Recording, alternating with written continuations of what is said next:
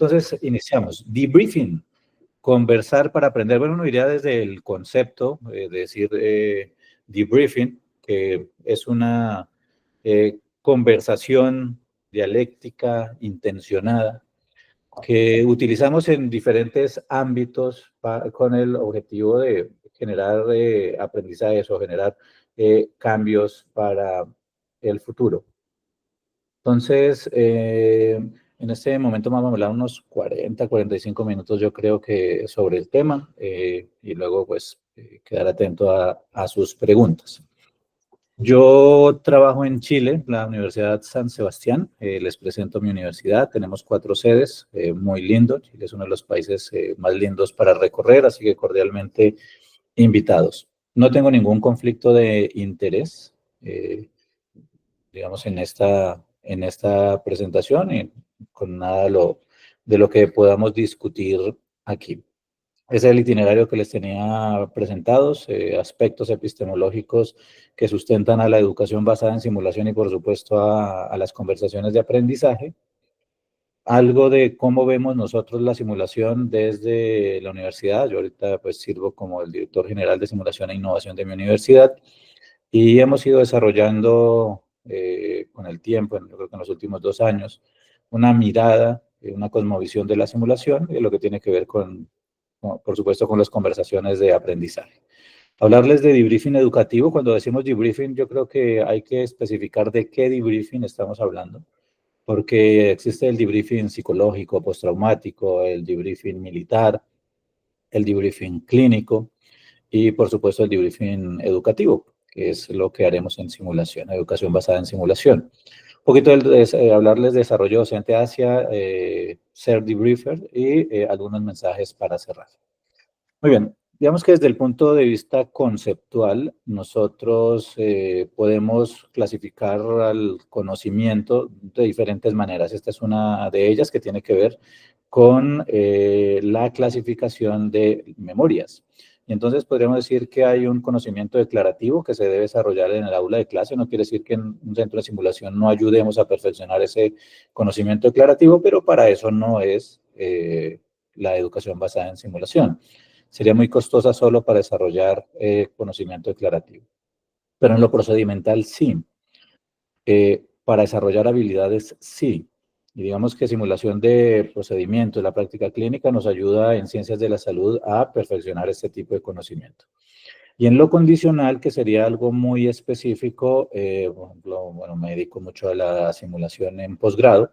Entonces, la simulación de alta complejidad nos ayuda bastante y, por supuesto, la práctica clínica. En simulación, digamos que de procedimientos no tendría mucho sentido hacer una conversación profunda donde busquemos las causas que subyacen las acciones, pero probablemente en la simulación de alta complejidad sí.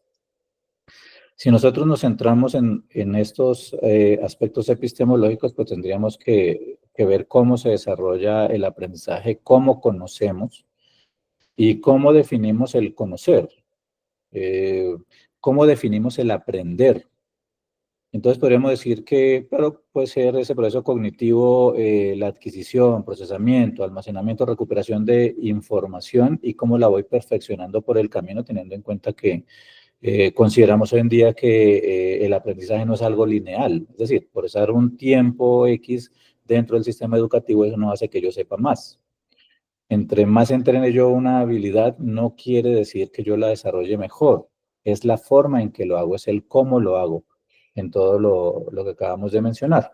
Si nosotros dijéramos que yo voy a resultar, no sé, una habilidad, liderazgo, una habilidad no técnica, que yo voy a ser mejor líder porque yo sepa específicamente qué es el liderazgo, cuáles son los ítems que componen a un buen líder.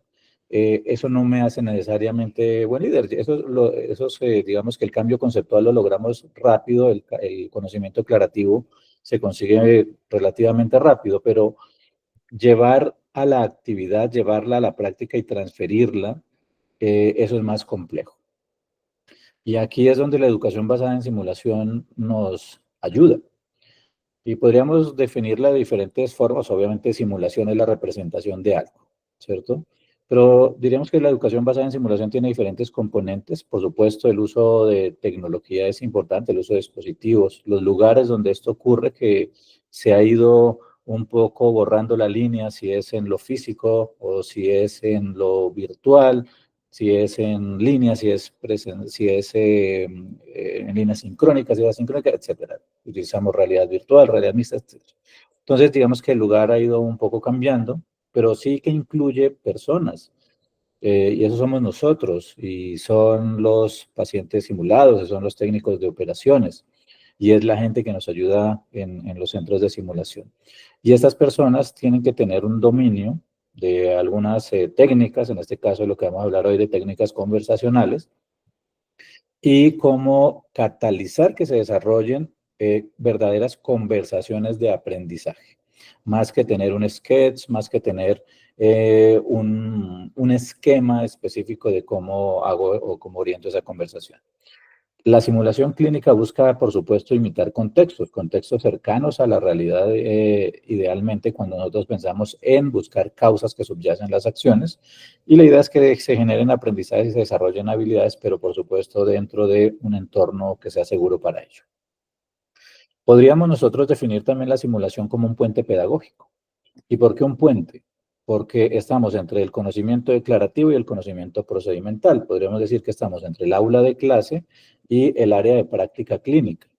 Pero ahí es cómo vemos nosotros ese puente, digamos que qué tan cercano es más al área de clase. Si yo utilizo un centro de simulación para tener el simulador ahí como centro, como vemos en esta imagen, acá de la mitad, y alrededor revisando teoría, que todavía hoy en día se hace eso en los centros de simulación, y bueno, eso es realmente un desperdicio. Y luego estaría la práctica clínica.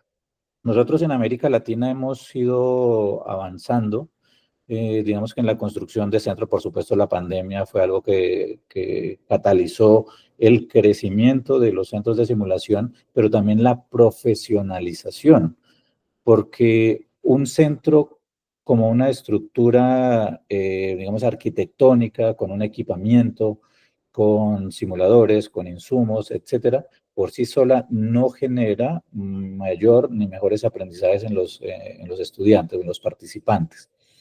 Son las personas, ¿no? Y en esa profesionalización docente yo creo que hemos ido evolucionando bien. Cuando nosotros hablamos de educación basada en simulación, ya no es solo entrenar una habilidad y una habilidad motora. Probablemente así comenzamos en muchas cosas, y todos lo hicimos en algún momento, y luego fuimos haciendo simulaciones más complejas donde generábamos integración teórico-práctica, pero también buscábamos desarrollar otro tipo de habilidades, incluso dentro de una simulación más interprofesional. Y que bueno, ese es el llamado desde hace años que nos hace la Organización Mundial de la Salud, que busquemos ese tipo de formación. Pero también tenemos que aprender a tener pensamientos de segundo orden, pensamientos más complejos. Y aquí la incorporación de estrategias metacognitivas y el debriefing, si hacemos un debriefing en profundidad, se convierte en una actividad metacognitiva. Así que es muy importante que los estudiantes sepan qué es eso. O sea, si yo voy preparado para lo que voy a hacer y sé qué es lo que voy a hacer, qué es lo que espero en un debriefing, me es más fácil involucrarme, me es más fácil exponer mis modelos mentales. Así que eso es obviamente muy recomendado, porque nosotros queremos, pasa en varias partes del mundo. Sé que en España pasó desde hace tiempo y está pasando en América Latina, que cada vez tenemos menos acceso a los campos clínicos, y si tenemos acceso es a mirar. Ya no podemos hacer sobre el paciente como aprendimos los que somos mayores, que igual dice uno, uy, ¿cómo aprendimos así? Hoy día es diferente, por fortuna, pero tenemos que acercar un poquito esas simulaciones, y eso es lo que, bueno, en la simulación de la Universidad de San Sebastián, por eso decimos las siglas SIMUS. Queremos acercarnos un poquito más a esa realidad, pero sabiendo que el aprendizaje no es lineal. Es decir, aprendo teoría, hago integración teórico-práctica, desarrollo habilidades, voy a la práctica clínica, pero no quiere decir que ya llegué perfecto. Yo me puedo devolver, ¿sí? Porque el aprendizaje no es lineal, es como un vórtice con entradas y salidas, ¿no? Entonces uno va, creía que lo tenía claro, finalmente no, vuelvo, entreno, y así sucesivamente. No somos productos terminados los profesionales de la salud, así que tenemos que seguirnos formando. Y un espacio que es importante para la formación, que es importante para lograr cerrar esas brechas de desempeño de una manera más eficiente y duradera, porque si nosotros diéramos que es aprendizaje, pues claro, es el cambio que puede ser en el pensamiento, en la habilidad, en la destreza, que se genera en el tiempo a través de experiencia y que se mantiene.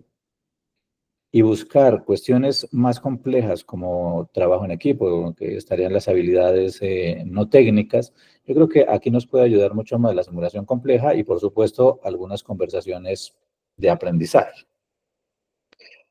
Independiente de la simulación que hagamos, si hacemos simulación física, simulación virtual, si hacemos simulación de procedimientos, si hacemos simulación de alta complejidad en, no sé, en una sala de terapia intensiva, siempre la simulación tendrá estas tres fases. Una fase de orientación, una fase de simulación y una fase de evolución. La fase de orientación es supremamente importante y eso no es algo nuevo. Claro, los que habrán comenzado hace poco con la simulación y escuchan el concepto de ambiente seguro, contenedor seguro, etcétera, dependiendo de la mirada y las escuelas de trabajo que se utilicen para desarrollarnos como educadores en simulación, pues irá variando, pero la orientación desde la didáctica magna con Comenio ya era supremamente importante, preparar el ambiente para la siembra, preparar el terreno, y en este terreno es obviamente nuestra mente, nuestro cerebro. Así que yo tengo que orientar a la tarea. Y podríamos decir que hay una orientación general y una orientación específica. Una orientación general que tiene que ver con cómo construyo ese ambiente seguro para que la gente confíe en mí. Claro, yo creo que todos sabemos que el debriefing tiene evidencia y que ayuda a cerrar estas brechas de dominio y que pueden ser transferibles a la práctica. Yo creo que en eso no hay mucha duda, pero ¿cómo hacerlo es la cuestión? ¿Cómo hacer que alguien me muestre su modelo mental? Porque los modelos mentales son inconscientes. ¿Sí? En general, si nosotros reflexionamos sobre ellos constantemente, probablemente los sacamos a la superficie de manera individual. Pero cuando lo vamos a hacer de manera colectiva, alguien debe mostrarme su modelo mental y para mostrarme el modelo mental tiene que confiar en mí y para confiar en mí tengo que construir un ambiente seguro de aprendizaje. Entonces, esa orientación general es lo que conocemos como pre-briefing. Y el briefing sería la orientación a la tarea específica de simulación donde vamos a estar. Luego la simulación, dependiendo de la zona donde trabajemos. Y luego la devolución, que si hacemos una simulación de procedimientos, lo que necesitamos es un feedback. Pero si queremos ir más profundo, simulaciones más complejas, interprofesionales, aquí el debriefing y el debriefing en profundidad sí que son necesarios para mejorar. Entonces, estaríamos así, una fase de orientación, que es lo que vamos a hacer, orientación general, orientación específica, simulación, aquí en este caso una simulación de trabajo en equipo, en la imagen que les muestro, y luego la devolución, que sería en función de debriefing. Cuando nosotros hablamos, aquí hay una discusión grande, ¿qué es fidelidad? Porque decimos, no, es que es de alta fidelidad porque ocurre, no sé, en un quirófano, en un pabellón. No necesariamente, digamos que fidelidad es la verosimilitud, es decir, qué tanto se parece lo representado a lo que representan. Y eso, digamos que nos da más esa connotación de fidelidad, porque yo pudiera tener, por ejemplo, esto que les muestro acá, es un simulador que nos inventamos acá en el centro de simulación en Colombia, y son estos globitos, los llenamos con agua, les pusimos acá un palillito, un palito, y con eso hacemos ultrasonido para medir la vaina del nervio óptico para inferir hipertensión intracraneal. ¿Y se parece? Sí, es igualito. De hecho, si ustedes comparan este con este, pues son muy similares, se pueden hacer las mediciones, etcétera. Eso es fidelidad. Pero eso no quiere decir que a esto que estamos haciendo aquí, que es un procedimiento motor, le vayamos a hacer debriefing. Lo que necesitaríamos sería feedback. Entonces, entrémonos más en el debriefing. ¿Cuándo hacemos debriefing? ¿Cuándo? Porque eso requiere recursos, requiere tiempo, requiere formación. Entonces, ¿cuándo haremos nosotros estas conversaciones de aprendizaje? Hay una forma de agrupar y entender simulación en cómo lo hacemos, que son las Simpsons o zonas de simulación de Rosen y Weinstock, del Boston Children's Hospital, y que nos divide en 5 zonas, de la zona 0 a la zona 4, y realmente nosotros utilizaríamos debriefing en la zona 3, de pronto en la zona 2, pero en la zona 3 donde hacemos simulación de trabajo en equipo, multiprofesional o interprofesional, con equipos naturales probablemente sea donde tenga más riqueza, pero lo podemos hacer en la zona 2. Y el debriefing que hacemos en la zona 4, que la zona 4 no es simulación, es la vida real, allá hacemos otro tipo de debriefing. Hay varias formas de hacerlo también. Hay algunos conocidos, como el modelo TORC, que me parece bastante bueno. Hay otros, pero entonces otro debriefing. O sea, que ¿a qué debriefing nos dirigimos? Debriefing educativo. Nosotros, como nosotros digo, en la universidad donde yo trabajo, hemos ido desarrollando una manera diferente de entender, digamos, las zonas, porque nos hacen falta algunas cosas para el pregrado. Nosotros dividimos la carrera en las carreras, digamos, nosotros tenemos 11 carreras de salud que reciben simulación, y dividimos en 3 niveles. Nivel, digamos que el básico, que lleva a nivel 1 hasta un aprendiz avanzado. El nivel 2, que estaría en un nivel competente, estamos hablando de curva de Dreyfus y Dreyfus. Y el nivel 3, proficiente. Después de proficiente viene experto y luego maestro. Eso no se logra con simulación. Ahí uno tiene que tener práctica clínica supervisada, por lo menos en los trabajos que hemos encontrado nosotros. Y aquí estaría la complejidad, o sea que a mayor avance, pues mayor debe ser la complejidad de la simulación. Nosotros utilizamos en la parte inicial, que son muchos procedimientos, ayudantes, estudiantes, ayudantes, pero en la parte alta desarrollamos algo que le llamamos codocencia, que básicamente es co-debriefing interprofesional, porque nosotros tenemos insertada la simulación interprofesional de manera formal en el pregrado. Entonces, con esto en mente, nosotros desarrollamos esta taxonomía que publicamos. Bueno, eso ya no está en prensa, salió en la revista latinoamericana de simulación clínica hace como un mes más o menos. Les recomiendo que lo lean, bastante interesante la reflexión que hacemos allí. Entonces tenemos acá en la horizontal la curva de Dreyfus y Dreyfus, como les dije, hasta proficiente podemos hacer con simulación. Luego necesitaríamos práctica clínica supervisada. Y aquí tenemos las zonas originales de Rosen y Weinstock. La zona 0, que es utilizar software para ¿qué? Hacer integración teórico-práctica, donde hay un feedback automático. Luego viene la zona 1, entrenador de tareas, desarrollo de habilidades más motoras. Hay un feedback directivo. Pero luego la zona 2, nosotros la dividimos en dos, porque la zona 2 es hacer role-playing. Y en el role-playing para nosotros lo vemos diferente a como está planteado en la manera original, porque digamos que aquí los equipos todavía no están, digamos, los estudiantes no están tan avanzados. Necesito hacer pausa, discusión, práctica deliberada de ciclo rápido, etcétera, el nombre que queramos utilizar. Utilizamos, sí, el centro de simulación con alta tecnología, pero estamos con ellos, lo estamos acompañando. Hay intrusión, hacemos pausa y vamos integrando. Y generalmente hacemos feedback directivo o feedback desde el paciente simulado. Pero cuando hacemos más complejidad, que sigue siendo role-playing, pero es más complejo, entrenamos trabajo en equipo. Aquí hacemos debriefing, un debriefing, digamos, estructurado, pero sin necesidad de llegar tan profundo, porque aquí los estudiantes, todavía su dominio cognitivo no es, digamos, tan perfecto. Entonces, necesitan todavía revisar algunas cuestiones teóricas. Y luego incorporamos una zona 2.5, porque entre la zona 2 y la zona 3 nos hace falta algo, sobre todo nosotros en pregrado, donde hacemos simulación interprofesional, pero no son profesionales, son estudiantes, solo que vienen de varias carreras a entrenar habilidades más transversales en los grupos que hemos conformado, porque no todos entrenan con todos, como sucede en la vida real. Aquí entrenamos más profundo, hacemos debriefing en profundidad, es decir, sí que buscamos modelos mentales. Y luego la zona 3, que esa la utilizamos más, es para educación permanente, que es la tradicional zona 3, equipos naturales, y la zona 4, donde hacemos debriefing clínico. En el modelo original es muy progresivo, pero nosotros vemos el aprendizaje con entradas y salidas en un sistema, como les dije, helicoidal o de vórtice.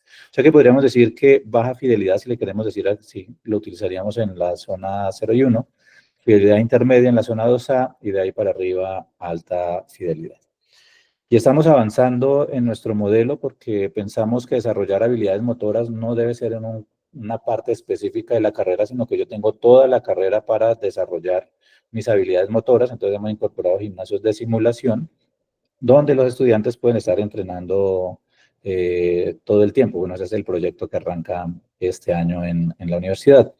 Y seguimos con nuestro modelo de estudiantes ayudantes y codocencias, donde se entrena habilidades no técnicas. Entonces, esperamos para el otro año aumentar más la simulación interprofesional. La tenemos ahorita solo en un semestre específico de la carrera, pero digamos que a 2026 es lo que queremos hacer. Así que debriefing estaríamos haciendo desde el nivel 2 y el nivel 3 de la carrera. Muy bien. Entendido dónde pensamos que se debe hacer debriefing, que es en simulación de mayor complejidad, entonces otro aspecto teórico. Digamos que hay una relación o unas relaciones que se dan dentro de cualquier ambiente educativo. Brousseau lo plantea como un triángulo didáctico, donde tenemos diferentes ejes por el interés que está puesto allí. Digamos que tenemos interacción entre el maestro, el estudiante y el contenido que debe aprenderse, debe conocerse. Entonces tendríamos un eje social, que es donde establecen las pautas, que eso también lo tenemos en el debriefing, de qué es lo que vamos a hacer, para dónde vamos, cuánto tiempo le vamos a dedicar, etcétera. ¿Cómo lo vamos a hacer? Ese es el eje social, pero tenemos un eje didáctico, y ese eje didáctico es cómo yo, como maestro, como educador, como instructor, cómo voy a hacer para que el estudiante ese saber sabio lo pueda entender, es decir, que yo transforme el saber sabio en un saber entendible. Y ahí es donde nosotros buscamos a través de alguna forma que tenga una estructura, es decir, para que alguien lo pueda replicar. ¿Cómo hacemos para hacer las simulaciones? ¿Qué tipo de simulación? Lo mismo pasaría en el debriefing. Y el estudiante con el conocimiento y el estudiante con ellos, con sus pares, desarrollan un eje adidáctico. ¿Cómo hacen para aprenderlo fuera de este ambiente? Entonces, si nosotros fuéramos a hacer debriefing, aquí también se cumple esto del contrato didáctico. Nosotros nos llamaríamos, si utilizamos el anglicismo, debriefer, y ellos debriefee, o los participantes o estudiantes. Y entonces, ¿cómo se van generando esos diferentes ejes para establecer el aprendizaje? Y en el eje social es súper importante que confíen en nosotros. Si los estudiantes confían en nosotros, pues más fácil van a presentarnos sus modelos mentales y entender en profundo por qué pasa lo que pasa. Bien, entonces vamos adentrándonos un poco en esto del debriefing, de qué es lo que queremos hacer. A mí me gusta mucho esta perspectiva que se le escuché alguna vez a Jenny Rudolph, que habló de detectives cognitivos. ¿Sí? ¿No? Tiene sentido, ¿no? Entonces, como Sherlock Holmes. Porque en realidad cuando nosotros hacemos debriefing, esta es para tratar de entender estructuras cognitivas profundas, es decir, modelos mentales, pero resulta que nos centramos mucho en desempeños. O sea, ¿y por qué nos desempeñamos así? ¿Por qué tuvimos cierta conducta? Bueno, eso depende de muchísimas cosas. Y nosotros inferimos mucho, digo nosotros como educadores inferimos mucho, y tendríamos que no inferir tanto e indagar más, saber por qué sucedieron las cosas. En esta mirada, en esta perspectiva de iceberg, nosotros podemos ver los desempeños. Claro, yo puedo ver que alguien no utilizó un medicamento durante el manejo de la crisis, puedo ver que alguien no fue suficientemente buen líder, puedo ver que alguien se quedó anclado, congelado, que no procesaba, pero ese es el desempeño. Claro, yo le puedo dar feedback, no, esto hay que hacerlo mejor, por esto y por lo otro, y ya está, pero eso es insuficiente para que ese aprendizaje sea profundo, así que tendremos que ir más profundo, y es ahí donde están los modelos mentales. Los modelos mentales los podemos ver o conocer desde diferentes miradas. Yo utilizo mucho la perspectiva de Philip Johnson Laird, desde la teoría representacional, donde los modelos mentales son una representación interna de la realidad externa. Los modelos mentales, para que nos acordemos, nos hacen funcionales en el mundo, no son ni buenos ni malos. Digamos que son eficientes o son ineficientes. Esos hechos del mundo, nosotros podemos hacer imágenes, podemos tener los modelos mentales y expresarlos a través de representaciones proposicionales, Vamos a entrar en modelos mentales. Estos modelos mentales, como dijimos, una representación interna que me hace ser funcional en el mundo. Son infinitos en cantidad, pero finitos en temporalidad. Es decir, yo puedo irlos modificando, evolucionan, cambian los modelos mentales y lo van haciendo a través de nuevas informaciones, de la experiencia que yo voy teniendo, de la experiencia y si reflexiono sobre la experiencia, si lo planteo desde la emoción, es decir, desde la cognición cálida, la motivación que tenga para aprender, si es un entorno que me permita hacerlo, la formación de nuevos conceptos, etcétera. Cómo hablo, la utilización del lenguaje, mi entorno, eso me lleva a que cambie el modelo, a que evolucione el modelo. Entonces diríamos que aprendizaje es el cambio de un modelo mental uno a un modelo mental 2, a un nuevo modelo. Entonces, este cambio de modelo mental, si nosotros construimos una senda de aprendizaje para que pueda evolucionar, nosotros podemos ayudar a que sea mucho más fácil ese cambio, lo podemos potencializar. ¿Y a través de qué? Pues a través de actividad metacognitiva. Dentro de ella, la regulación. Entonces, yo debo monitorizarme y debo ver cómo voy cambiando, pero me tienen que enseñar lo que es la actividad o las estrategias metacognitivas y tengo que verbalizarlo, tengo que manejarlo y tengo que escucharme lo que yo estoy diciendo para poder entender bien cuáles son mis modelos mentales. Entonces, si nosotros habláramos de aprendizaje en profundidad, que tiene que ver obviamente con modelos mentales, los modelos mentales también tienen alguna estructura mucho más profunda, así como alguna vez estudió la célula y pues luego íbamos mucho más profundo o en la materia, hasta llegar a elementos básicos. También en los modelos mentales pasa algo similar. Nosotros en el grupo de investigación acá en Colombia, en la Universidad de Caldas, trabajamos sobre modelos multidimensionales, es decir, le encontramos dimensiones a la conformación del modelo. Y tendrá alguna dimensión ontológica que tiene que ver con cómo nos fuimos desarrollando como individuos, con la familia, con los amigos, etcétera, en lo social. Lo epistemológico que tiene que ver con el conocimiento científico, lo cognitivo, lingüístico en cómo proceso, cómo organizo la información y lo motivacional como esa fuerza que subyace las acciones. Entonces, nosotros diríamos que cambiar los conceptos, es decir, lo epistemológico es fácil. Claro, yo puedo hacerle debriefing a alguien de tercer año y encontrar que el problema del desempeño fue porque no sabían que ese medicamento se ponía esas dosis. Ya, listo, supe que ese era el problema, pero tengo que cerrarlo con teaching o, bueno, otra actividad, pero no sigo explorando. Entonces, en este sentido, el debriefing se comporta como una herramienta diagnóstica para entender por qué fue el desempeño. Entonces nos entramos mucho en esos porqués. Y luego, en esta reflexión, ahí sí vamos cambiando el modelo hasta que convierte en un modelo habilitante, es decir, que nos permita resolver las situaciones. Llegar a eso es complejo. Digamos que esta multidimensionalidad nos lleva a comprender cómo se establecen las relaciones, pero sí les puedo decir que la simulación clínica siguiendo esta estructura, nos ayuda a través de la reflexión y en la reflexión siendo una actividad metacognitiva, es decir, conversaciones profundas de aprendizaje, nos ayuda a que los estudiantes puedan regularse mejor. Entonces, debriefing, ¿para qué lo uso? Para conocer los por qué. ¿Por qué sucedió lo que sucedió? Porque no puede suceder un mal desempeño y yo dar un feedback solo sobre el desempeño sin entender qué es lo que está sucediendo abajo. Esto no es nuevo, no me va a tener tampoco mucho aquí, pero sí invitarlos a que revisemos enfoques conversacionales antiguos desde los clásicos, ¿no? Mayéutica, dialéctica, Sócrates, Platón, de cómo se establecían estas conversaciones para intentar llegar a la verdad. Pues bien, el debriefing permite llegar a la verdad. ¿Y cuál debriefing? Estamos hablando de debriefing educativo en este caso. Pero ¿cuál método de debriefing o cuál modalidad de debriefing? Bueno, es que hay muchísimas. Yo creo que más que centrarnos en utilizo este u otro porque me gustó, porque soy afín a cierto grupo de trabajo, pues creo que no tiene mucho rendimiento, pero entender por qué hago las etapas en un debriefing multietápico, que sí considero que deben tener, es entender el por qué las hacemos, ¿no? Y una cuestión que viene desde la orientación general, es decir, desde el pre-briefing, es que confíen en nosotros. Pero para eso tienen que entender qué es lo que estamos haciendo, para qué lo estamos haciendo, no solo llegar y hacerlo, ok, vamos a hacer debriefing y entrar derecho, sino generar un ambiente para que eso sea propicio.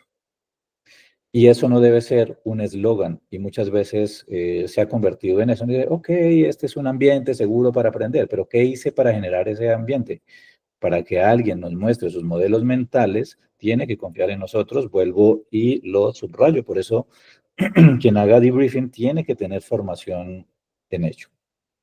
Entonces, podríamos decir que este debriefing es una actividad intencionada, a través del diálogo, reflexiva, que busca aprender. Y podríamos establecer algunas etapas que son súper necesarias eh, desde el entendimiento. Entonces, orientación, la introducción, reorientar. ¿Qué es lo que vamos a hacer? Luego, descarga de emociones. Aquí eso descarga de emociones no es que uno se quite la emoción y la deje a un lado, es que la libere un poco, porque la emoción, cuando es alta, se convierte en carga cognitiva extraña y no nos deja procesar. Luego, reconstruir la realidad desde quienes vivieron los eventos. Yo sé qué caso hice, pero ¿y ellos lo vivieron así? ¿Será que el desempeño fue porque no entendieron lo que, como yo tenía planteada la actividad? Luego viene la fase de exploración para encontrar lo bueno, lo que es necesario replicar, pero lo que no sucedió también y que es necesario mejorar. Y luego vendría la fase de síntesis. Entonces, nosotros para lograr esto necesitamos unos insumos básicos. Uno es respeto. Y es que tengo que respetarme y ellos se tienen que respetar entre sí, los participantes. Yo debo tener curiosidad, de verdad quiero saber por qué es. Si estoy en un día donde no quiero saber por qué, doy feedback o doy teasing o alguna estrategia diferente. Debo ser honesto, debo plantear también mis modelos mentales.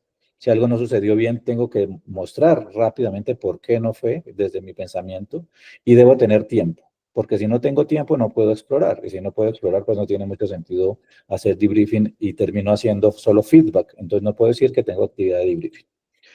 Entonces nosotros vemos aquí, como está en esta infografía, las fases. Introducción, ¿para qué? Orientar a los participantes porque hay que viajar con propósito. Luego la descarga de emociones, siempre emoción antes que cognición, porque la emoción se convierte, cuando es muy intensa, en carga cognitiva extraña que no nos deja procesar. Luego una fase de reconstrucción, porque sabemos que la realidad es una construcción social, parte desde los participantes, de los estudiantes, y luego una fase de exploración. Y en esta fase es muy importante, ya reconstruí, ahora voy a deconstruir. Quiero hablar de estas cuestiones no técnicas, de estas técnicas, y luego la síntesis. La síntesis muchas veces se utiliza, ¿y qué se llevan para casa? No, que la simulación es muy interesante, no, que estaba muy rica la comida. Nada que ver. La síntesis es para hacer vigilancia epistémica. Vigilancia epistémica es, yo tenía objetivos de aprendizaje. ¿Cuáles? Entrenar liderazgo y comunicación. Ok, lo que se están llevando tiene que ver con liderazgo y comunicación o con algo supremamente importante que surgió durante la simulación. Si la respuesta es no, pues la verdad el debriefing no fue muy eficiente.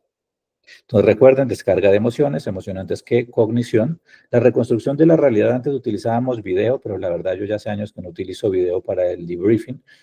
No me resultó muy útil, pero bueno, está escrito que se puede utilizar. Y en las conversaciones de aprendizaje siempre tengamos un norte, ¿para dónde vamos? Habilidades técnicas, un par, habilidades no técnicas.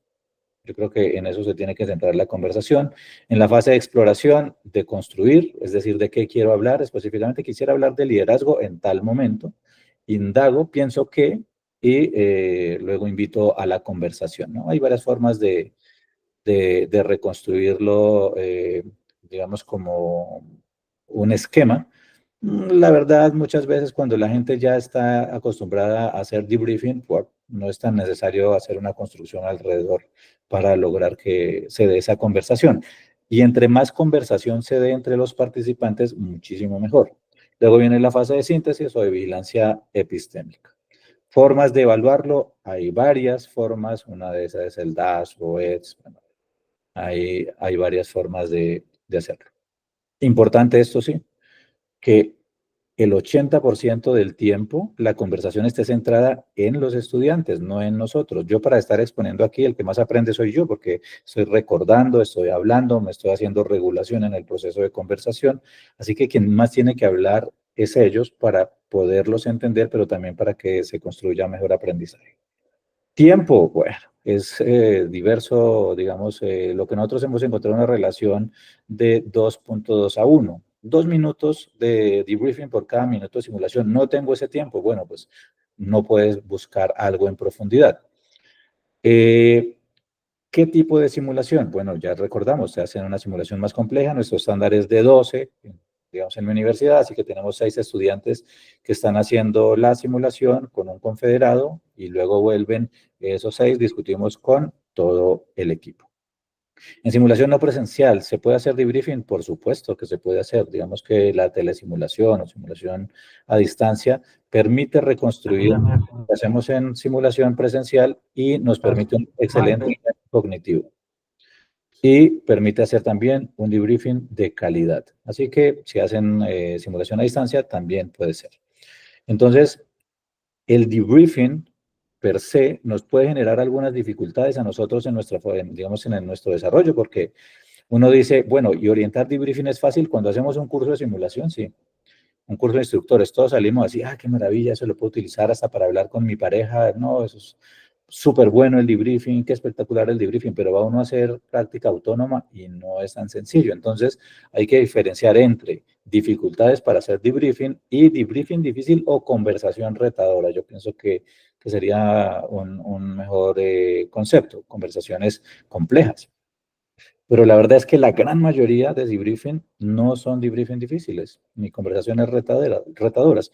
Es que hay harta carga cognitiva cuando nosotros estamos haciendo ese debriefing por diferentes situaciones. Entonces, en la formación, yo creo que nosotros tenemos que, y sobre todo los que hacemos, tenemos un papel directivo, tenemos que mirar a qué le tenemos que hacer ajustes y a qué tenemos que generar mejor inversión. Y yo creo que en la formación de educadores es donde tenemos que hacer mayor inversión.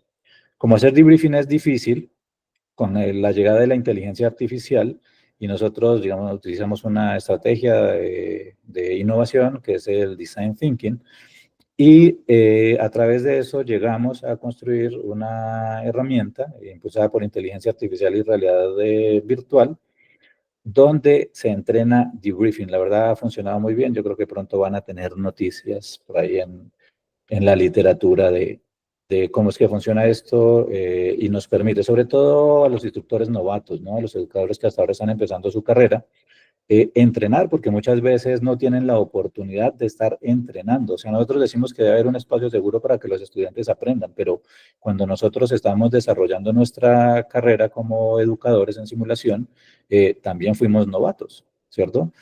Y necesitamos también un espacio seguro. Así que hemos encontrado que este simulador de debriefing nos permite ese espacio seguro, nos permite retroalimentación, interacción en tiempo real, ¿no? Y lo utilizamos en función de modelos mentales desde la multidimensionalidad. Muy bien, ajustándonos al tiempo, 5 mensajes para llevar. La educación basada en simulación es una estrategia activa de aprendizaje que requiere siempre devolución. No es la práctica por la práctica. Nadie aprende solo por practicar, es cómo lo hace. Y aquí la reflexión es importante. Y en el caso de hacer debriefing, yo también necesito que alguien me evalúe y me dé feedback. El debriefing educativo es una estrategia de evaluación para el aprendizaje, es decir, que haría parte de lo que conocemos como evaluación formativa. El debriefing busca acercarse a las razones que subyacen a las acciones, hay que profundizar. No es una receta, definitivamente no lo es, pero sí tiene etapas que son necesarias dentro del proceso enseñanza-aprendizaje, que eso, como les mencioné, eso no es nuevo. Desde el siglo XVIII nos hablaban de eso. Y hacer debriefing es una habilidad, sin duda. Hacer un buen debriefing requiere entrenar, requiere de práctica deliberada y, por supuesto, eso tiene que estar incorporado desde un proyecto institucional donde se le ayude a las personas a mejorar. Y bueno, eso es lo que tenía para compartirles en estos minutos. Quedo atento si de pronto tienen alguna pregunta. Diego, estoy intentando encajar mi mandíbula porque estaba totalmente desencajada de la boca abierta que se me había quedado escuchándote tu maravillosa presentación. Así que Muchas gracias. mi más cordial enhorabuena. Bueno, seguro que hay un montón de cosas, yo tengo un montón de notas aquí tomadas en mi cuadernito y seguro que alguno quiere lanzar preguntas, comentarios. Así que venga, presentaros cuando digáis algo, por favor, para que sepamos quién sois y de dónde sois, porque hay mucha gente y de muchos países diferentes.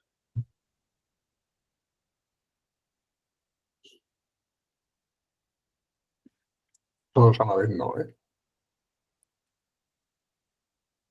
Están encajándose la mandíbula. Eh, si te parece, empiezo yo un poco y abro un poco el tema, ¿no? A mí ha habido muchas cosas que me han gustado y voy a empezar por la primera que tengo aquí, que me ha gustado muchísimo.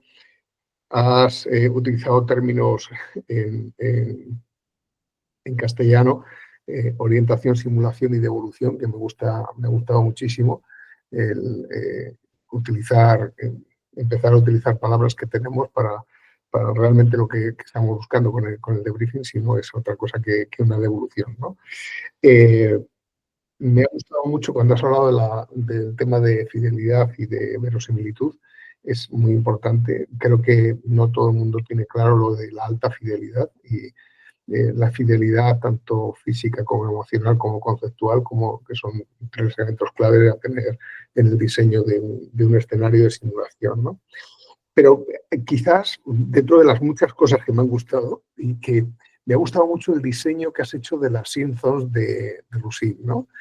Cuando has hablado de esa zona 2,5 que nos estaba haciendo falta a todos, que todos hablábamos sin decir la zona 2,5, pero que nos hacía falta.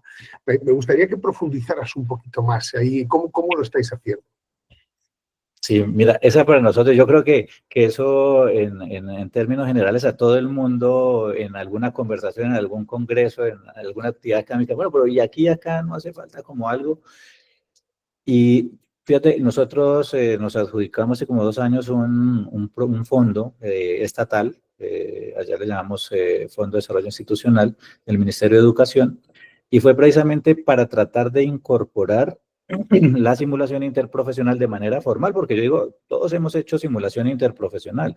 Los que nos dedicamos más a, por ejemplo, en educación permanente, sí que hacemos simulación interprofesional, pero no tanto con equipos naturales, sino alguien viene, paga su matrícula, hace de su curso y luego se va, ¿cierto? Pero son profesionales y muy seguramente son profesionales de alto desempeño que vienen a perfeccionar sus habilidades. Pero y en el pregrado es más anecdótico. Ok, vamos a reunirnos con los de enfermería y ponemos a los de medicina y los juntamos. Eh, pero eso no es, digamos que a cabalidad lo que sería la simulación interprofesional. Entonces, como nosotros comenzamos a vernos a gatas ahí donde la ubicamos, entonces dijimos, no, pues está entre la zona 2 y la zona 3.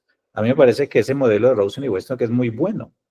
Y pienso que se desarrolló sobre otros, digamos que otros trabajos previos, como todo. O sea, no, nos paramos en hombros de gigantes todos, ¿no? O sea, hemos aprendido y sobre ese aprendizaje pues vamos generando nuestros desarrollos.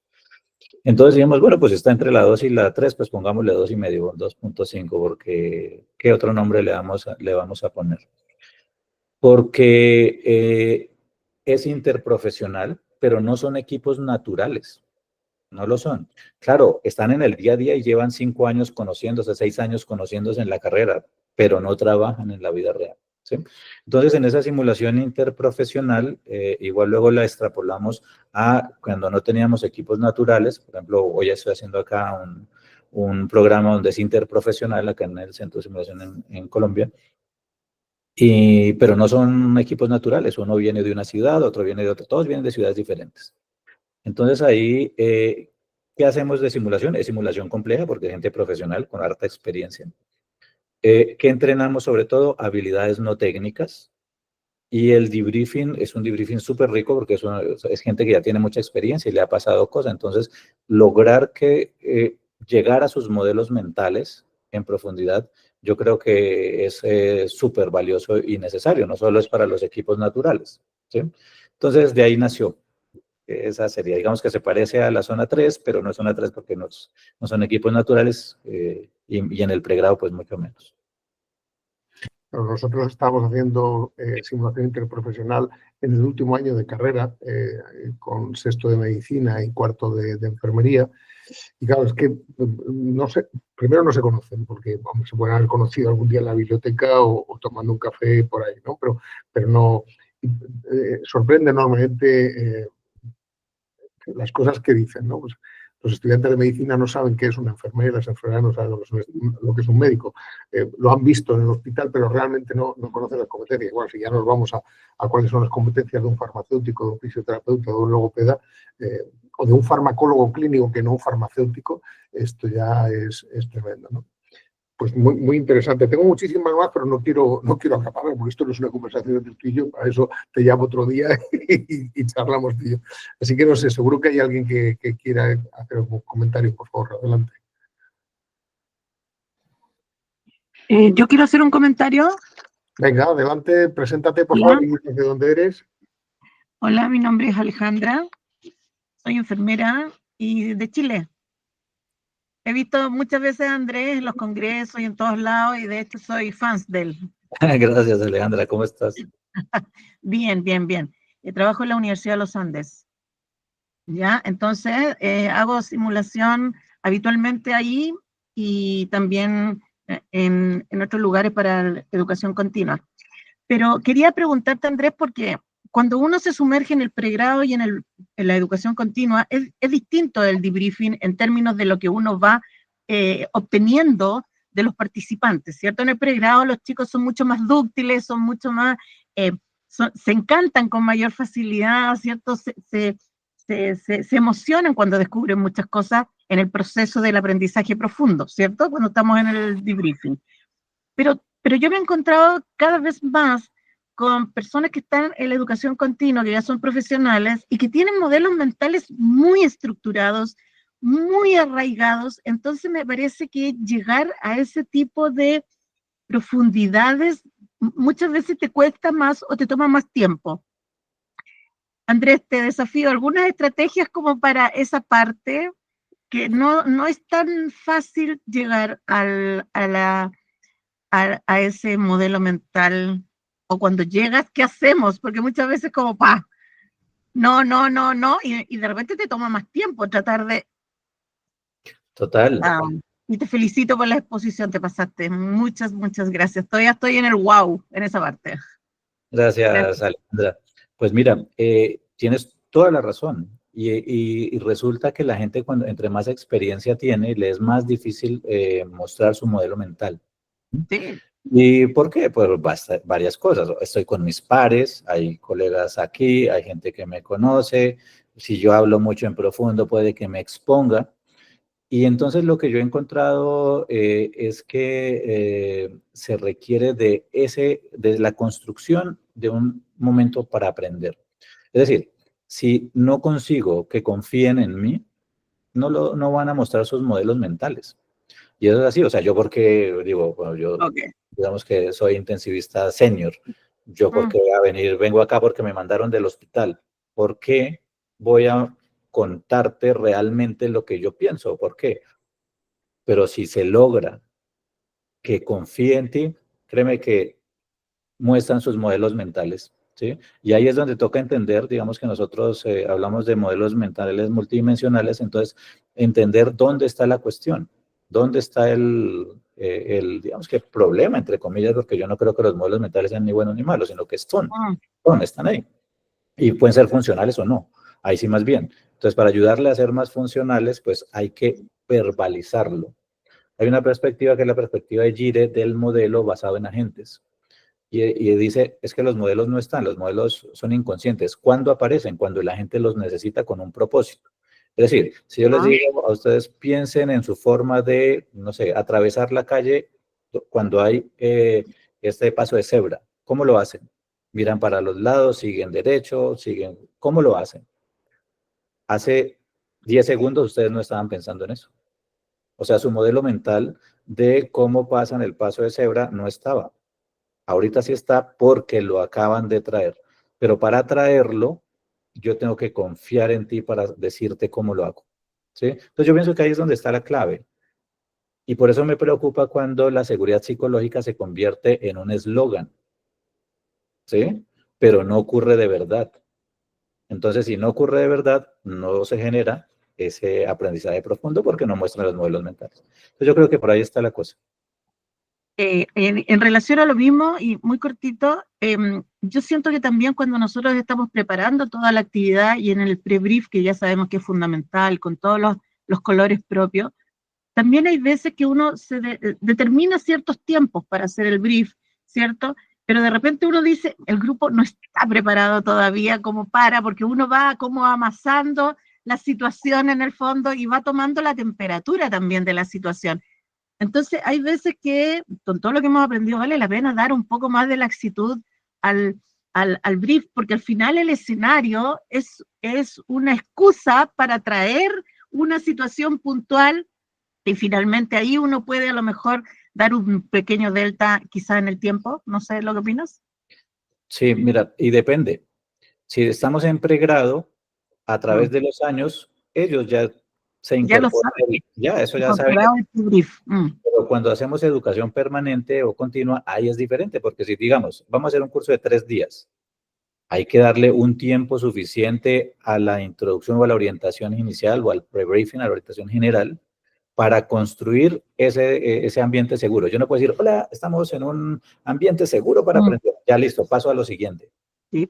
No, porque no pasa así. Ya, perfecto. No es, Muchas gracias. Sí. Muchas gracias. Con gusto. Estoy de acuerdo con lo que está planteando Alejandra y lo que tú has dicho ahora, Andrés. Es que probablemente lo que nos está pasando, o lo que pasa en muchas ocasiones, es que cuando diseñamos un curso o una sesión de simulación, tenemos todavía en mente el diseño de los cursos de otra metodología de aprendizaje. Entonces, tenemos unos tiempos como muy tasados y queremos ahí meter mucha cosa, tal, y claro, luego llega el momento de hacer ese espacio en esa orientación que me encanta, de utilizar la palabra orientación para toda esa parte de previa a la simulación, ¿no? Pues no entra, no hay forma de meter absolutamente nada. Venga, adelante, más comentarios, más cositas por ahí. Seguro que hay un montón de cositas. Buenas, Andrés y Salvador. Hola, Shirley. Acá Shirley Jiménez. Soy directora de Paciente Simulado Argentina, soy de Buenos Aires. Y bueno, es un poco obvio mi pregunta, pero me enfoco para el lado de Paciente Simulado, Andrés. ¿Cómo lo aprovechás en esa etapa de la simulación a los actores y actrices? Y si trabajan desde la primera etapa, ¿no? Desde el pre-briefing. Sí, yo pienso que los pacientes simulados y los pacientes estandarizados, bueno, y en general todas las personas que trabajan dentro de la simulación, porque muchas veces nos centramos solo en los educadores o en los instructores, pero todas las personas que están en la construcción de la estrategia son súper valiosos. Digamos que para nosotros la incorporación del paciente simulado, sobre todo, digamos que en el debriefing no entran al debriefing como tal. En la simulación de 2A es donde más utilizamos nosotros la ayuda de los pacientes simulados. Nosotros tenemos una gran cantidad de pacientes simulados. Yo creo que en Chile somos los que más pacientes simulados hemos incorporado, porque buscamos tener, yo creo que una cercanía mayor a la realidad, y lo que nos ayudan es mucho. Y lo que catalizan en una simulación compleja, situaciones que sean, como dijo ahorita Alejandra, la simulación es una disculpa para venir a hablar de cosas interesantes, ¿cierto? Entonces, catalizar esa situación potente para generar aprendizaje profundo luego, sí que nos ayudan. Entonces, iría más hacia esta parte. Y yo pienso que es muy importante, y eso es obviamente a nivel global, la profesionalización del paciente simulado, porque hay diferentes formas de generar el desarrollo, desde actores profesionales hasta alguien que, yo quiero, ¿cierto? Pero es diferente y se tiene entrenamiento así como nosotros. Yo por ser un buen intensivista que dicen que soy, no quiere decir que yo sea un buen profesor de cuidados intensivos. Tengo que formarme como profesor para poder ayudar. Lo mismo pasa con los pacientes simulados. Muchas gracias, Shirley. Has dicho que estás en Buenos Aires. ¿Dónde estás? Porque no sé si hemos coincidido en alguna ocasión ahí. Bueno, independiente como directora de pacientes simulados, y voy trabajando en diferentes centros de universidades de acá de Argentina y provincias de la Argentina, y directora de actores en el área, obviamente, pacientes simulados de la Facultad de Medicina de Barcelona. Ah, muy bien, fantástico. Sí, sí, Pues estamos ahí. en noviembre estuve en Uruguay haciendo un tema de briefing clínico, y estuvimos trabajando con un grupo de actores para el curso. Ya sé a quién tengo que recurrir para el futuro. Me encanta. Cuando quieras, Salvador. Me encantaría tener tu contacto, por favor. Os he Gracias. puesto en el chat mi número de teléfono por si alguno quiere meterse en el grupo de WhatsApp. Es un grupo que solamente compartimos información de cursos o cuando va a haber una nueva sesión o los enlaces a las grabaciones. O sea que ahí tenéis mi número de teléfono por si queréis inscribiros a los que os metan en el grupo. Venga, más Perfecto. comentarios. Más comentarios a todos.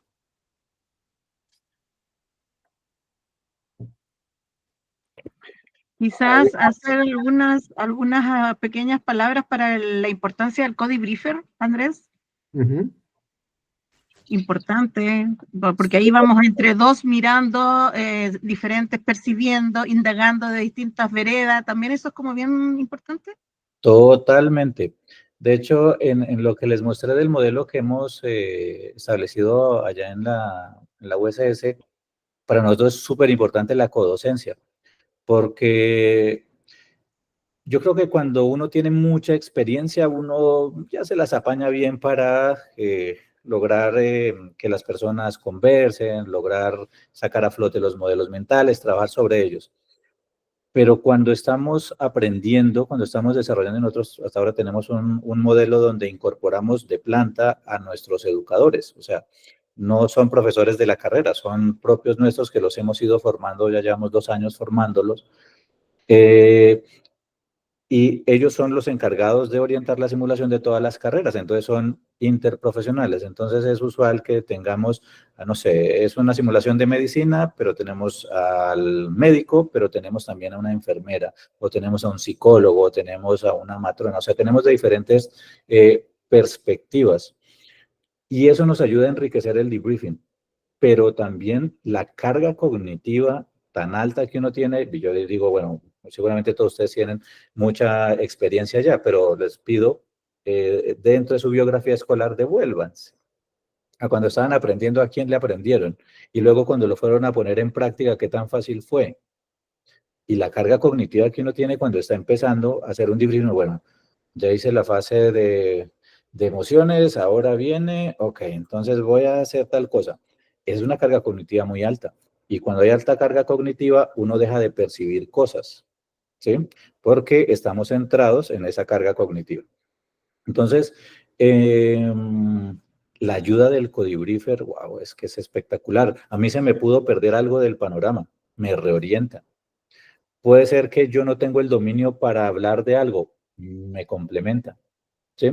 Entonces yo creo que para nosotros las codocencias, que es para hacer Codebriefing, son fundamentales. O sea, yo creo que es súper necesario, es súper necesario. Siempre tener un amigo, tener un partner ahí en un debriefing ayuda.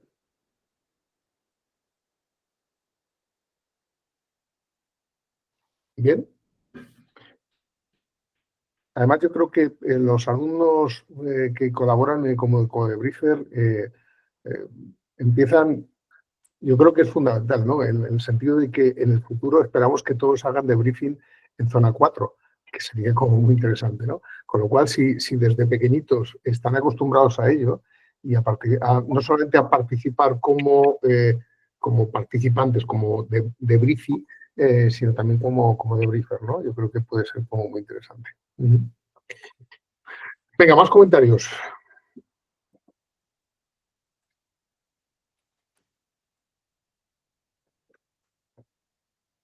Más comentarios. Me ha encantado el esquema que has hecho de la senda de aprendizaje. Cuando has hablado de respeto, curiosidad, honestidad y tiempo, yo decía que en la simulación hace falta, hay 3 motores o 3 elementos fundamentales que son el amor, la humildad y la curiosidad, ¿no? Me voy a empezar a partir de ahora y añadirle lo del tiempo, ¿no? Amor, humildad, curiosidad y tiempo, que creo que es fundamental, ¿no? También me ha gustado escucharte decir, cuando haces un curso como instructor de simulación, voy a hacer debriefing hasta para hablar con mi pareja. Creo que es algo que todos hemos hecho. Pues llegar a casa y intentamos hacer moléculas de aquellas para intentar entender por qué, si a ti no te gusta la cola de pescado, hoy tienes cola de pescado para cenar, ¿no? Sí. Y cuando uno lo pillan también, cuando dicen, aquí no se hace debriefing, el debriefing es en tu trabajo. Sí. Y yo estoy deseando de leer eso que dices que está en prensa, del uso de inteligencia artificial para entrenar debriefing, porque esto va a ser tremendo. Esto va a ser tremendo. Sí, no, la verdad está funcionando súper bien. Estamos ya en la fase de estudio. O sea, digamos que ya se hizo el prototipo y las evaluaciones del prototipo. Funcionó muy bien. Nos ganamos el primer puesto en el Xochicim, el Congreso Chileno de Simulación. No es que no, está potente. Está muy bueno, muy divertido, es muy divertido.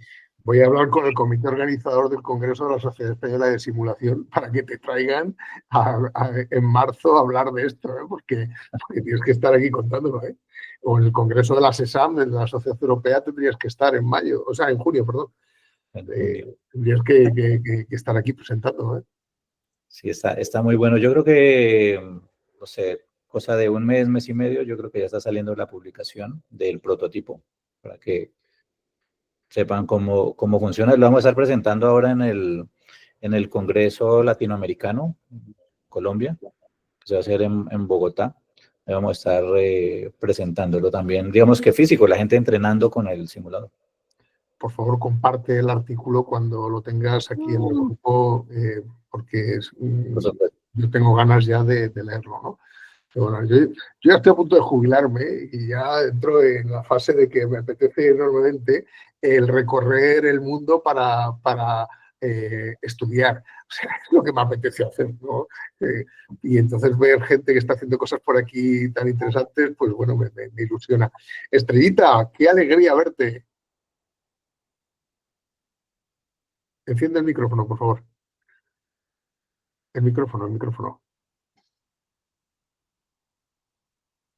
No has encendido el micrófono, no te oímos. No te oímos. Tienes el micrófono apagado. Ahora. Sí, bueno, buenas tardes, un gusto de Montevideo, Uruguay. Me conecté un poquito más tarde porque llegué recién, acá son las 3 de la tarde, y no escuché la presentación de Andrés, capaz que queda grabada y después la puedo, porque también lo de inteligencia artificial es como muy cautivante, atrapa. Sí, yo creo que en unas horas me devuelve el servidor, me devuelve la grabación, la subiré a YouTube y en cuanto esté subida os comparto a todos el enlace. Pero sí, esto puede ser muy enriquecedor, ¿eh? Muy enriquecedor. Mientras sea una herramienta para entrenar el debriefing y no sea una herramienta para que haga el debriefing, no vamos mal, porque si no nos vamos todos al paro, ¿eh? Sí, no, es para novatos, yo creo, o sea, igual como todo, yo creo que la inteligencia artificial es una herramienta, como todo, entonces hay es que utilizarla para lo que se requiera, y como no hay mucha oportunidad de hacer debriefing, ¿cómo aprende uno a hacer buen debriefing si no puedo hacer debriefing? ¿Leyendo textos, leyendo papers? No, así no, haciendo, entrenando. Muy bien, bueno, pues yo ¿Tiene alguien más que quiere hacer un comentario? Yo creo que no. Muchas gracias. Disculpa porque estoy en actividad académica, entonces sí. Me voy ya a seguir.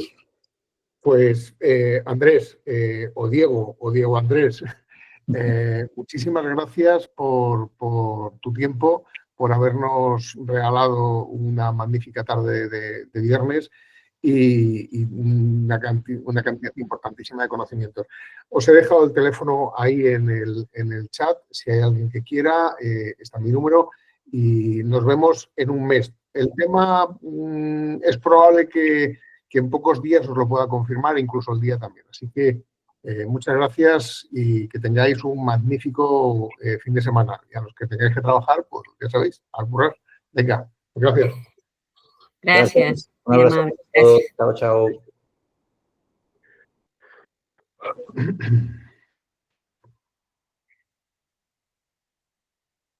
Estrellita, me ha encantado verte. Sí, igualmente. La actividad que estuvieron estuvo muy, muy buena, realmente muy buena. Muy buena, muy buena, muy buena. Ahí veo a Teresita también por aquí, pero por Dios. Hola, Teresita.